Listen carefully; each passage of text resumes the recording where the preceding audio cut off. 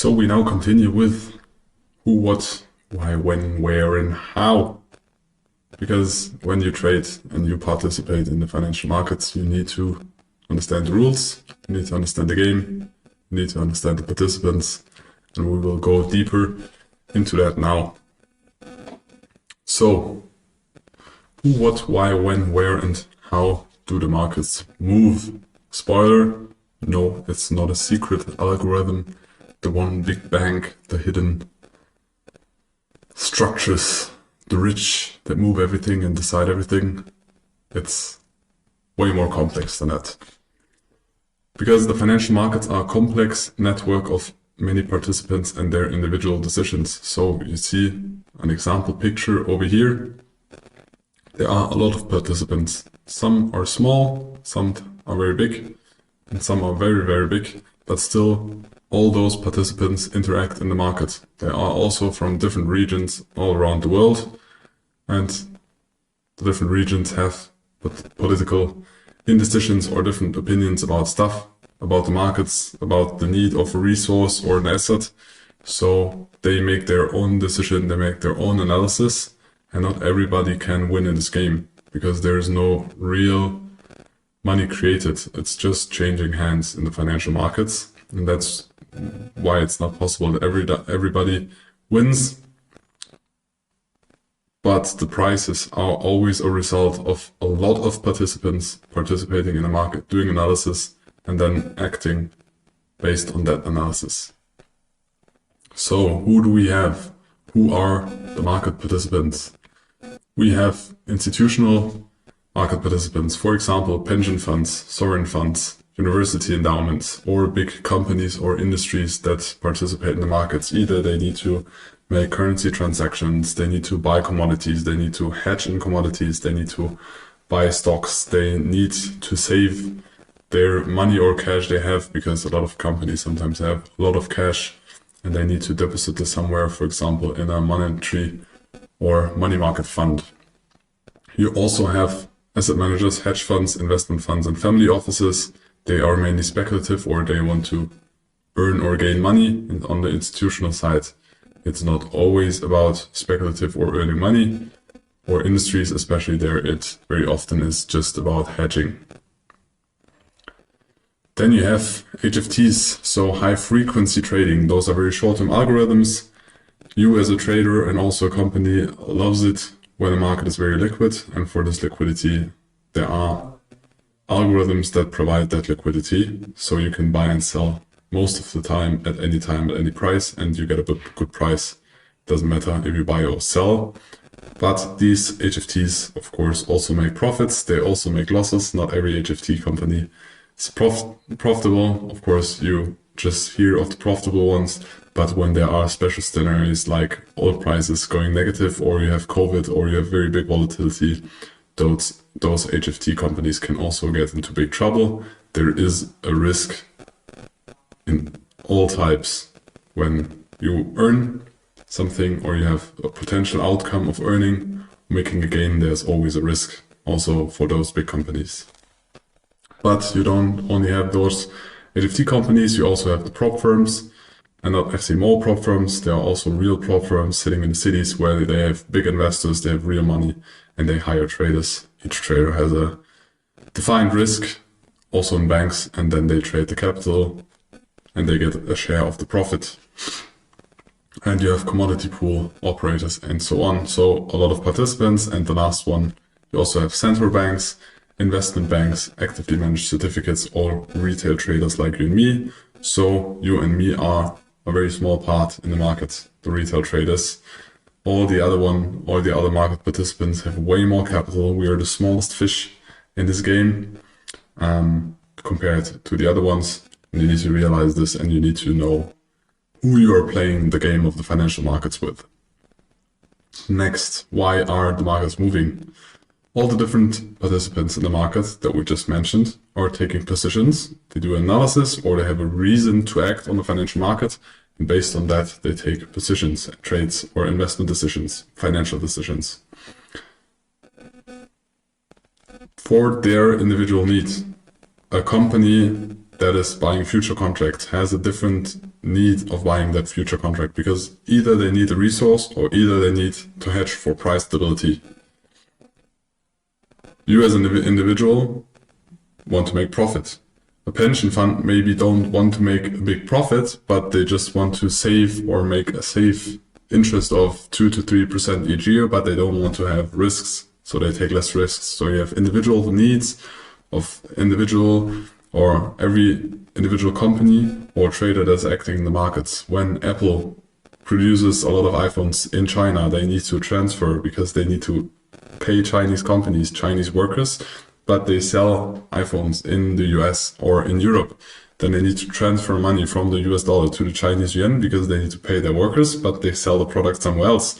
So companies also have an interest to participate in the Forex market, not with the primary goal of earning money. Of course, if this is a side effect, if they make a hedge and the hedge is good and they earn money with this, of course they're happy.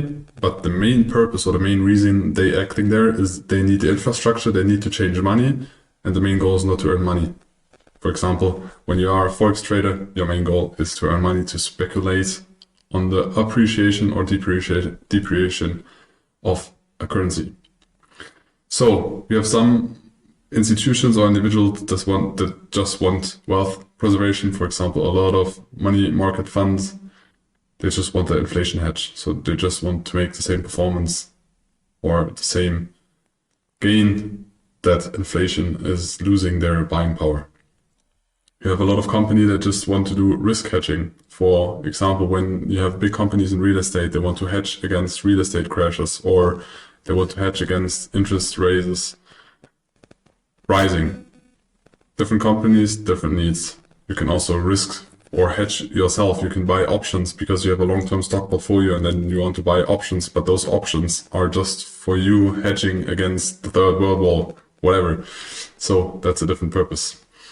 And then you have, of course, speculation or arbitrage. You have different stock exchanges, and between those different stock exchanges or assets that are traded, you can arbitrage. And arbitrage is, you can buy an Apple stock on the Hong Kong Stock Exchange, Stuttgart Stock Exchange, and New York Stock Exchange, and the price does not have to be the same. Because when a big market buyer steps into Europe and wants to buy Apple stock, I don't know if Apple stock is traded on the Stuttgart Stock Exchange, most likely not.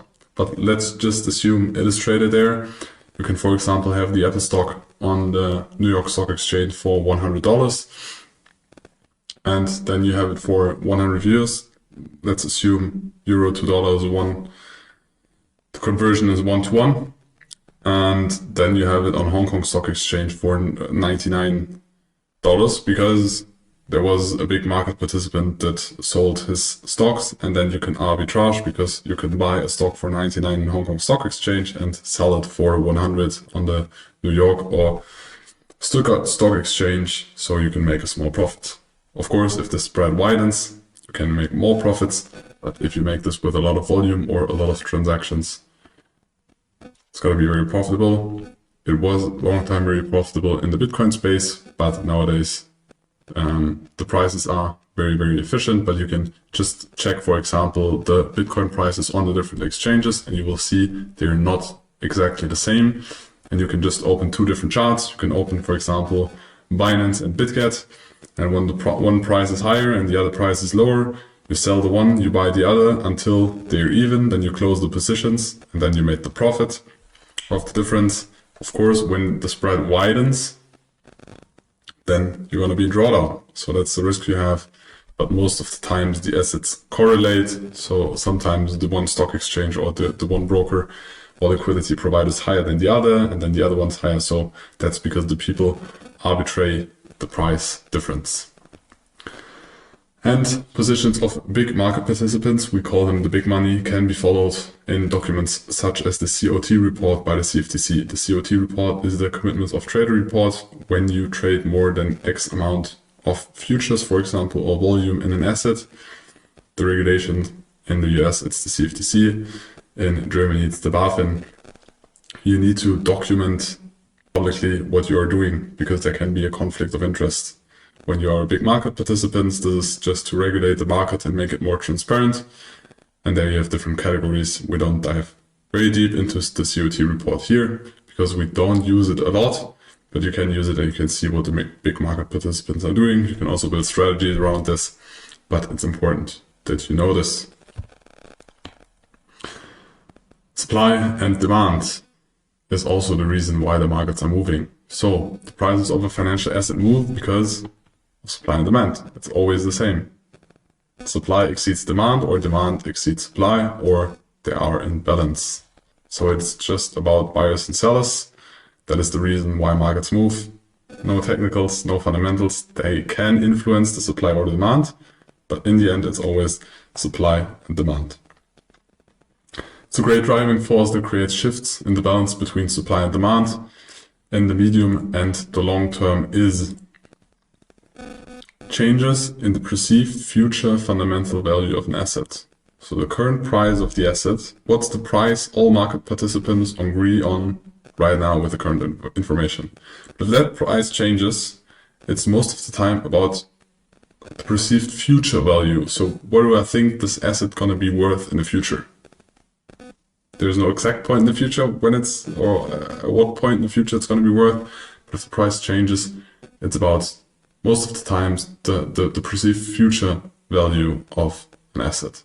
When market participants anticipate that the value of an underlying asset is going to be different in the future, then the price changes because based on this information or analysis or speculation, they're going to buy or sell an asset because either they want to buy it cheaper in the future, or they want to buy it now because they think the price is going to rise and then they're going to sell it in the future, or they want to buy it now because they need it and it's cheap now. So the price is the current value of the asset agreed upon all market participants. So the price in the second way you look at the markets is one of the most valuable informations because all informations, it doesn't matter technical, fundamental, politics, everything. That's the price the market participants agree on, and that's important to understand. So what can change or have an impact on the perceived future value of price? So there are endogenous factors. For example, a company changes the CEO or gets a new patent from the FDA. So if you're a medical company and you produce a new drug, or you are a car engineering company and you made your engineers did a very good job. That are like external factors or internal factors that influence the value of your company, for example. Same as with economies or government bonds. And there are exogenous factors, which are changes in monetary policy, inflation, war, conflicts, natural disasters. So everything that is happening external and not internal or endogen in the asset.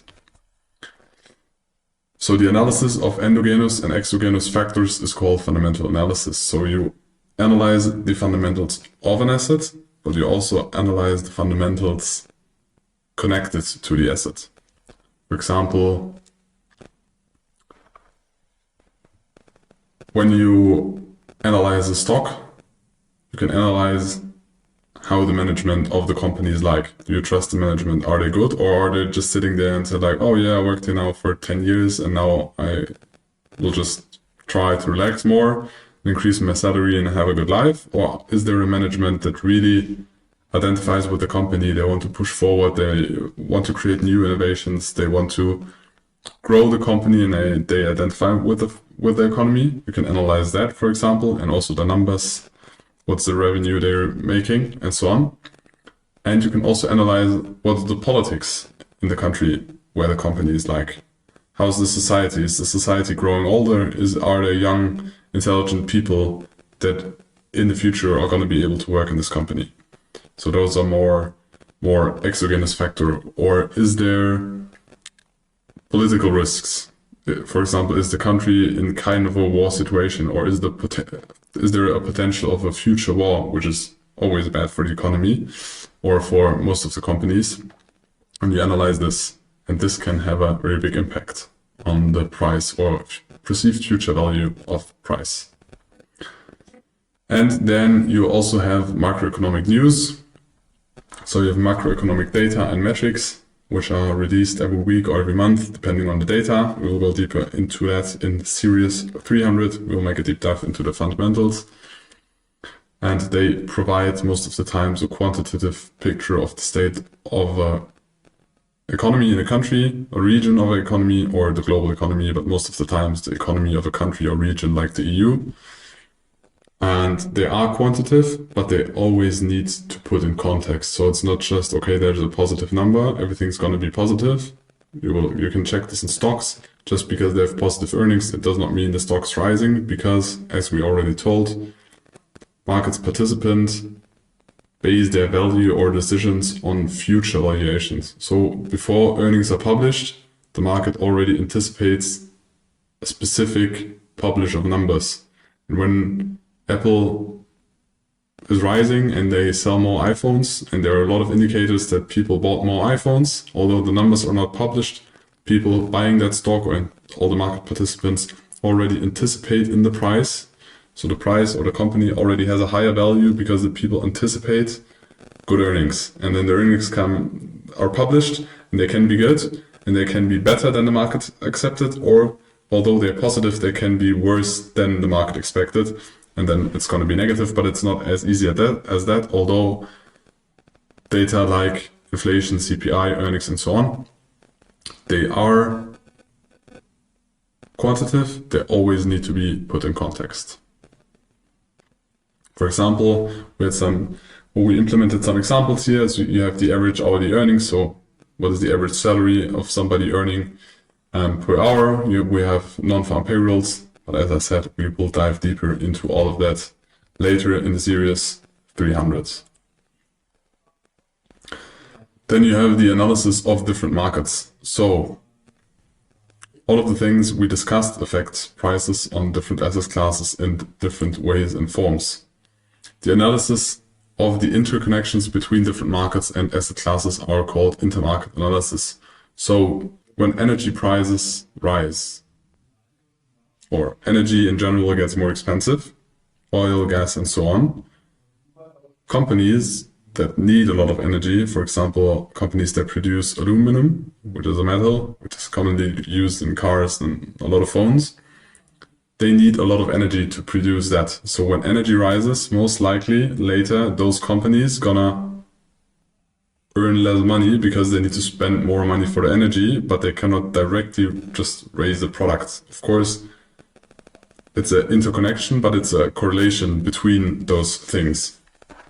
So, for example, energy in food, or also energy in the housing market. Those are intercorrelated, or interest rates and stocks. There are intercorrelations between the asset classes, and when you analyze this, you can call this the intermarket analysis. For example, when copper gets expensive, that's also why it's called Mr. Copper, because it's a very early indicator of how the economy is going, because copper is used in a lot of parts of the economy.